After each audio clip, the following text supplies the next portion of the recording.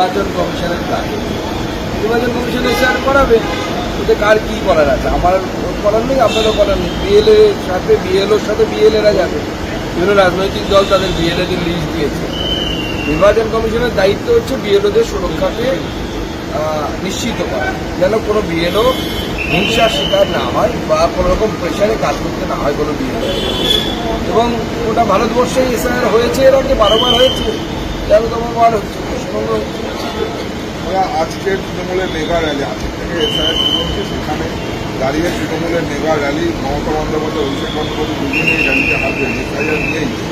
মূল উদ্দেশ্য হচ্ছে এসআইআরকে সামনের দিকে তুলে এনে বাংলার যেটা প্রকৃত ইস্যু, যেগুলি প্রকৃত ইস্যু, সেই ইস্যুগুলোকে পেছনের দিকে ঠেলে দেওয়া। আমি আগেও বলেছি 26,000-এর চাকরি চলে যাওয়া, রিসেন্টলি প্রায় 3,000 মতো গ্রুপ সি গ্রুপ ডি যাদের কাছ থেকে টাকা নিয়ে তৃণমূল কংগ্রেস চাকরি দিয়েছিল, তাতে মমতা বন্দ্যোপাধ্যায়ের আত্মীয়ার নাম আছে, বৃষ্টি মুখার্জি না ব্যানার্জিকে একজন আছে, মমতা বন্দ্যোপাধ্যায়ের মামার মেয়ে বা এরকম কিছু হবে।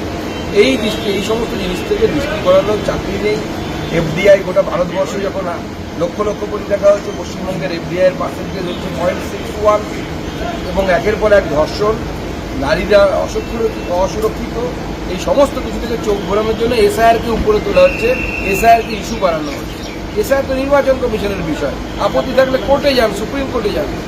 এসআইআর ঘোষণার পর জাল বার্থ সার্টিফিকেট বিলি হচ্ছে জেলায় জেলায়, এমনটাই অভিযোগ বিজেপির। বিলি করে কিচ্ছু হবে না, ভালো করে হ্যান্ডবুকটা পড়তে দেখুন, পড়ে দেখুন বিএলওদের হ্যান্ডবুকে সব লেখা আছে।